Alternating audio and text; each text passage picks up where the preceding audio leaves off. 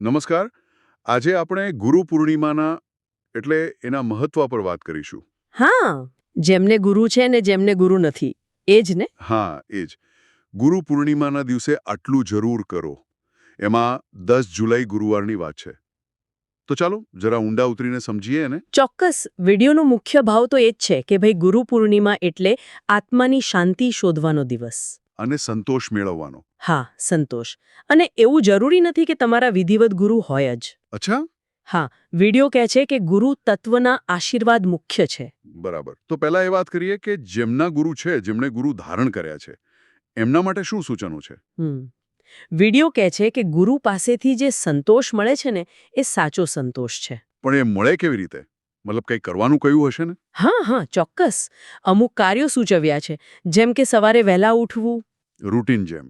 હા, સ્નાન કરીને પછી સ્વચ્છ વસ્ત્રો પહેરવા અને પછી ગુરુ પાસે જવાનું.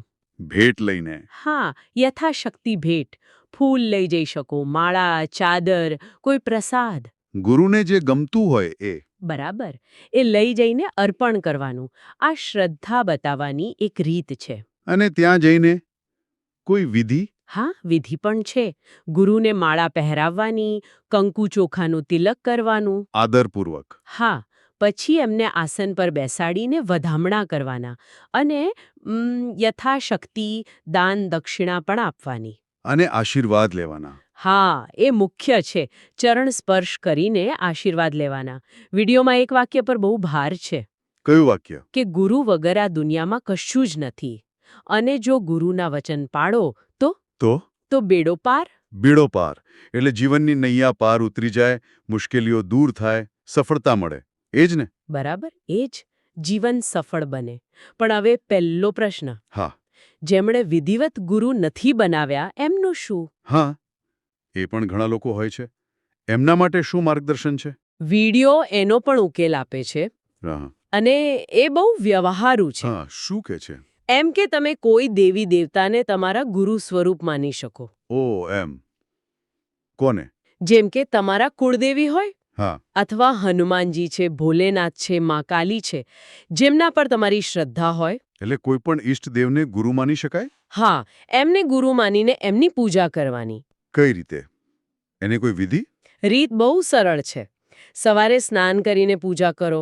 ઘરમાં આખો દિવસ અખંડ દીવો ચાલુ રાખવાનું સૂચન છે. અખંડ દીવો. હા. હમ. એને ભગવાનને ભોગ ધરાવવાનો. પંચામૃત. દૂધ, દહીં, ઘી, મધ, સાકર. હા, એ. અને સાથે 5 પ્રકારના ભોજનનો પ્રસાદ. અને બીજું કંઈ? જાપ કે ઉપવાસ? હા, જે દેવતાને ગુરુ માન્યા હોય એમના મંત્રોનો જાપ કરવાનો અને બને તો એમના નામે એકટાણું. એટલે દિવસમાં એકવાર જમવાનું. હા, અથવા તો પૂરો ઉપવાસ, તમારી શક્તિ મુજબ. બરાબર. તો આ બંને રીતો થઈ, ગુરુ હોય એમના માટે અને ન હોય એમના માટે. હવે કંઈ એવું છે જે બંને માટે લાગુ પડતું હોય? હા, એક બહુ મહત્વની વાત છે. દાન અને સેવા. દાનનું મહત્વ. હા, વિડીયો કહે છે કે ગુરુ પૂર્ણિમાના દિવસે દાન કરવું જ જોઈએ. યથાશક્તિ. એનાથી બહુ પુણ્ય મળે. કેવા પ્રકારનું દાન? ઘણા વિકલ્પો આપ્યા છે. કોઈ ગરીબ કે ભિખારીને જમાડો. અન્નદાન. હા, કોઈ જરૂરિયાતમંદ બાળક હોય એના ભણવાનો ખર્ચ ઉઠાવો. શિક્ષણમાં મદદ. કોઈ વિધવા બેન હોય એમને મહિનાનું કરિયાણું આપી દો. એ પણ સરસ. ગૌશાળામાં ગાયો માટે ચારો નાખો અથવા હોસ્પિટલ જેવી સંસ્થામાં દાન કરો. એટલે સેવાના ઘણા રસ્તા બતાવ્યા છે. હા, આ બધા કાર્યોથી પણ વિડીયો મુજબ ગુરુદેવની, મા ભગવતીની, ભગવાનની કૃપા મળે છે. અને શું ફાયદો થાય એનાથી? એનાથી આપણા વિચારો સારા થાય છે, સદગતિ પામે છે. અને પેલું? બેડો પાર. હા. જીવન સફળ બને છે, ધન્ય બને છે. અને આ બધામાં ગુરુનું મહત્વ સમજાવવા પહેલો પ્રખ્યાત દોહો પણ છે ને? હા, એ તો અમર દોહો છે. ગુરુ ગોવિંદ દોનો ખડે. કાકે લાગુ પાય. બલિહારી ગુરુ આપને ગોવિંદ દિયો બતાય. અર્થ સ્પષ્ટ છે. હા, એ ભગવાન અને ગુરુ બંને સામે હોય તો પહેલા કોને વંદન કરવા? ગુરુને. કેમ કે ગુરુ જ તો રસ્તો છે. ભગવાન સુધી પહોંચવાની સીડી છે. માર્ગદર્શક. હા, એટલે ગુરુ ભગવાનથી પણ મહાન, શ્રેષ્ઠ ગણાયા છે. તો આખી વાતનો સારાંશ એ થયો કે ગુરુ પૂર્ણિમા શ્રદ્ધાનો દિવસ છે, સમર્પણનો દિવસ છે. બરાબર. પછી ભલે એ સમર્પણ કોઈ વ્યક્તિગત ગુરુ માટે હોય કે પછી પસંદ કરેલા ભગવાન માટે હોય. અથવા તો સેવા કાર્યો દ્વારા સમાજ પ્રત્યે હોય. હા, આ બધાનો હેતુ એક જ છે, આશીર્વાદ મેળવવા, શાંતિ અને સંતોષ મેળવવો. સાચી વાત. અને આમાંથી એક બીજો વિચાર પણ આવે છે, ખબર છે? શું?